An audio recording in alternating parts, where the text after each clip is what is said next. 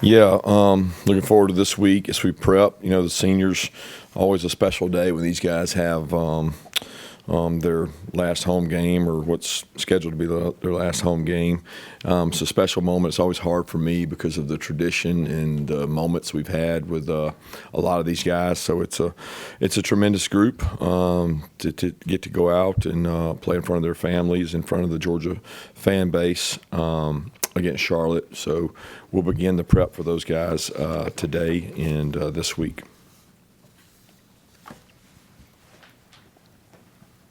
Yeah, Kirby, just want to see if you had an update on CJ after Saturday.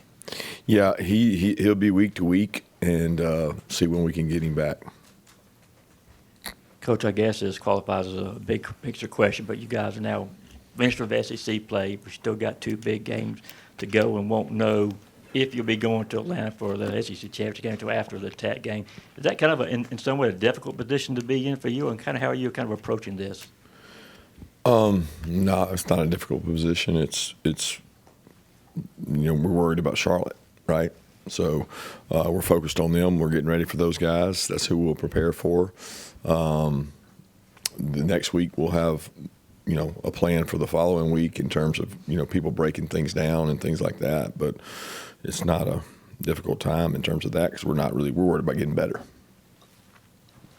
Hey, Coach, I'm curious how you thought the rest of the linebacker room picked up CJ's obviously absence. Particularly Chris Cole seemed like he got majority of the run. Yeah, all those guys rolled in there with Chris, Justin, and Raylan playing snaps, and those guys continue to grow and get better. They practiced well this year and continuing to get more depth in that room. But I was proud of the way those guys played a few more snaps. If you don't mind me following up, who gets the green dot, if you will, now that CJ? No, they all have the green dot. Okay. They rotate who has it by who's in. So it's not CJ doesn't always have it. Raylan has it some. Chris has it some. Justin has it some. Yeah, I was wondering if you had an update on Chauncey Bowens when he left the game in the fourth quarter. Yep, be day to day. Hopefully get him back. I hadn't actually got a chance to see Chauncey yet, but he was doing rehab this morning and had good reports from that, but don't know much. Yeah, Gabe Harris was in on a sack the other night. Just what have you made of his progression throughout this year as he's played by far the most snaps he's played in his career? Yeah, I think Gabe's been really consistent. He's played really hard, really physical. He's a twitchy player that we need in terms of being disruptive in movements and striking blockers. He's really tough. He's really physical. He's been really durable. I've been very pleased with his consistency throughout the entire season. Coach, just what has been James Cooley's impact on that wide receiver room, and what's kind of the impact that Javon Wims has had being around this group of guys in that wide receiver room? Yeah, Coley does a tremendous job. He's a really good teacher. He's passionate about his game. Every day he goes into his meeting room prepared to teach, to challenge, to motivate. He fires up NFL tape. He's got, whether it's Jamar Chase or like an NFL wideout, A.J. Brown, Devontae Smith. I mean, the concepts we use in our offense are very common in the NFL. So those guys really like seeing their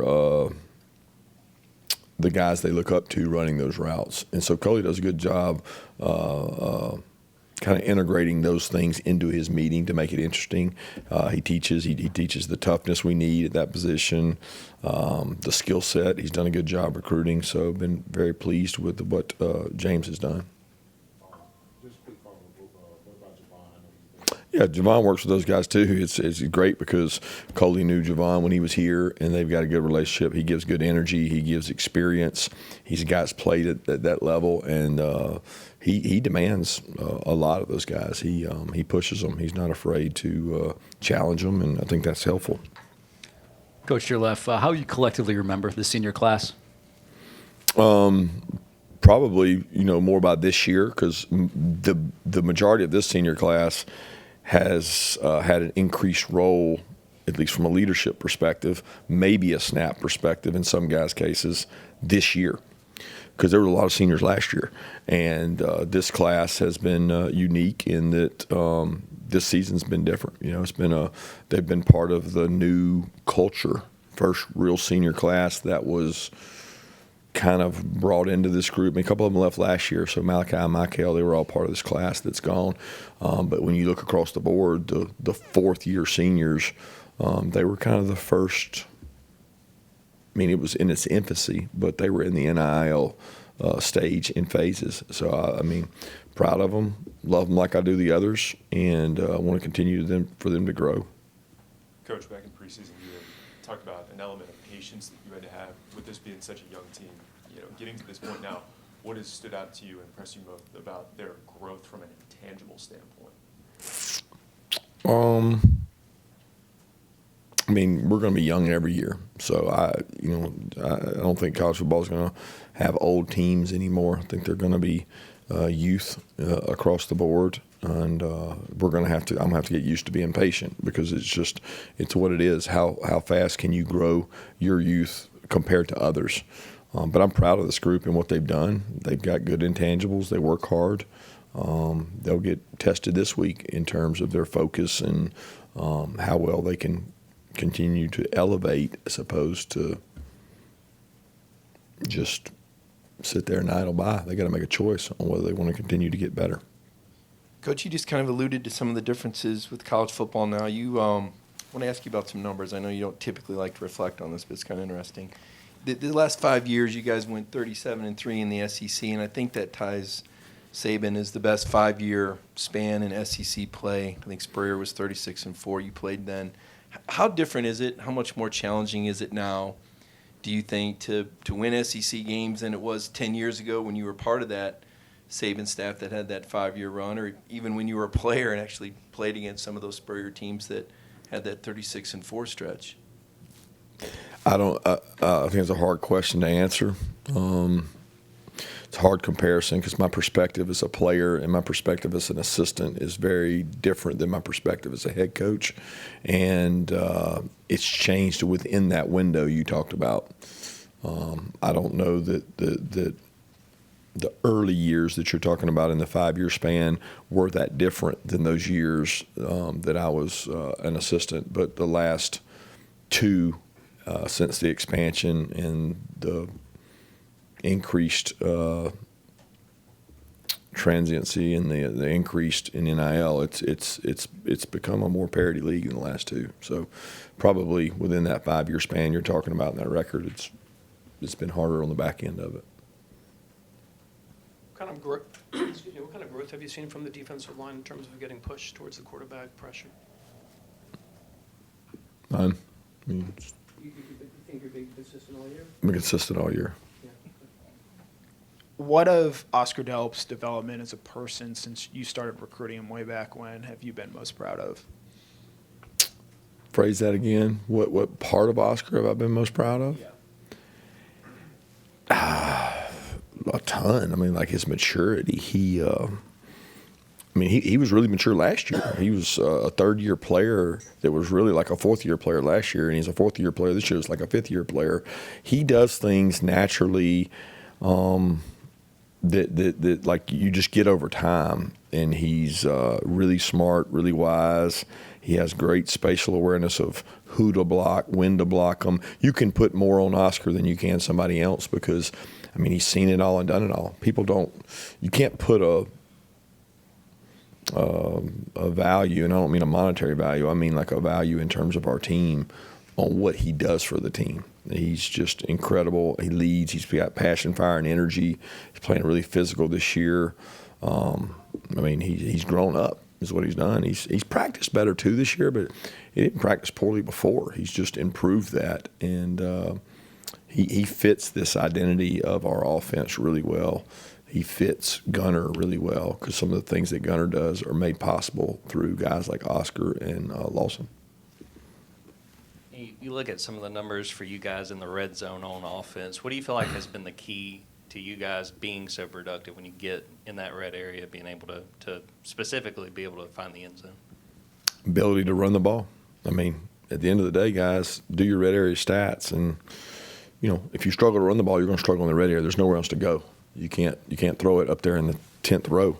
You gotta go through somebody's face, and that's hard to do for a lot of people, and it's hard to do for us, but we're committed to it. And same way on defense, you got to be able to stop them from doing that. And I think Gunner's legs have helped with that. Creativity on offense with Bobo, his staff, John Lilly in particular helps with the red area. They've done a tremendous job. We'll check on Kristen Miller real quick, make sure he's okay since he went down the other day. As far as I know, he's good. Yeah, Monroe won SEC Offensive Lineman of the Week. Again, just what has he meant to this offensive line over the course of the season, especially since he's gotten healthier as the year's gone on? Demeanor, character, leadership, approaches the game the right way, a growth mindset of being open to get better. He doesn't ever think he's arrived. You know, he knows that he can improve, and I think he knows humility's a week away in this league because he's blocking good players. Kirby, based on what Gunner's done in the biggest games, I think the two top 10 teams here, 10 total touchdowns, 1 interception. Chris Fowler, Herb Street, they were pretty adamant saying he deserves an invitation to New York for the Heisman. Do you think he's proven himself, done enough to earn that invite? Yeah, I would defer to you guys and the people that judge that in terms of what that consists of. It's hard for me to lobby for that. What I will say is he embodies everything about that award: resiliency, character, determination.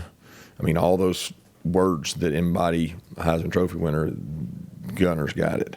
And he's done it on the biggest stages, in front of the biggest audiences, against some of the toughest competition at a really high level. So, you know, he's playing well, and he's playing to make the people around him better. And his value to our team is immense. Kirby, several teams in the SEC are still alive for the championship game. Curious, with the college football playoff now 12 teams, has how you look at reaching, you and your colleagues, I guess, reaching the championship game changed at all? Ohio State, Notre Dame went to the championship game of the CFP last year without playing in a championship game. Yeah, how we look at going to the championship game, that would be like saying, are you looking at intentionally losing? Okay, well, that sounded like, I can't, I mean, I want to win every game that we possibly play. So what does that mean? Well, from, the 12-team playoff is kind of an end-all be-all for, you see a lot of coaching changes, programs aren't getting there, they're making changes. How does it affect, just the path now that you have a championship game? And instead of only 4 teams, you don't necessarily need to win it or even get there to get to the playoff. Yeah, again, my objective is to win every game we play. So where does that put us? Puts us in that game, right? So there would be no way I would ever look at not playing in that game. We can't do that. We've got to look at the opportunity to go play and win a conference championship that has eluded more programs and has been as rare to win in some cases as a national championship. And that philosophically, I mean, I'm a kid that grew up in the SEC footwork and thinks that that's one of the key ingredients, most important games. To talk about the future and what it holds, I can't even speculate what that holds. And to talk about the way our coaches look at it, regardless of how they look at it, how are they going to perform on the field on Saturdays? They're going to go perform to win, which puts you in that game. Coach, I'll see if I can get you to speak to DeMello's physicality and kind of when you have a cornerback like that who can play that kind of toughness, what that kind of does for him and the position. Well, it creates value for him. It creates value for our team. We have what we want to be a tough physical team, and hard to be that if you don't have players that are willing to stick their face in there, tackle. He was that way in high school. He was that way in basketball. He's been that way competitively all his life. He's done it. So it doesn't surprise me that he's that way. He buys into that culture of toughness and showed it the other night. Yeah, Colin Gill is a guy that spent a year here with you guys. What stood out to you when he was part of this program and what you've seen now that he's playing at Charlotte? Physical, big, tough, plays on special teams, not afraid to hit you and playing different positions for them. I know we haven't gotten to see a ton of game reps from him, but how has Ryan Puglisi developed for you guys in practice? Ryan's doing a great job. He gets a lot of work, as well as Ryan Montgomery. Both those guys, we get them extra reps during the week. They get reps on Mondays and do extra throwing, and both those guys continue to grow.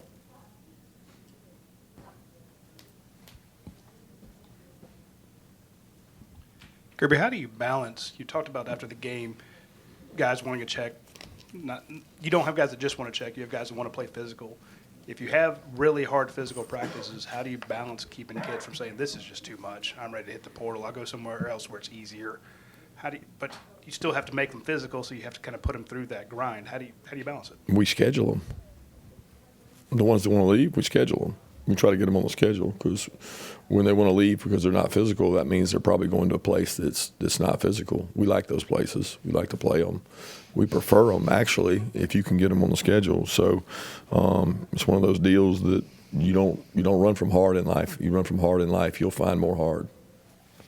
Any more for Coach? Thanks. Thank you.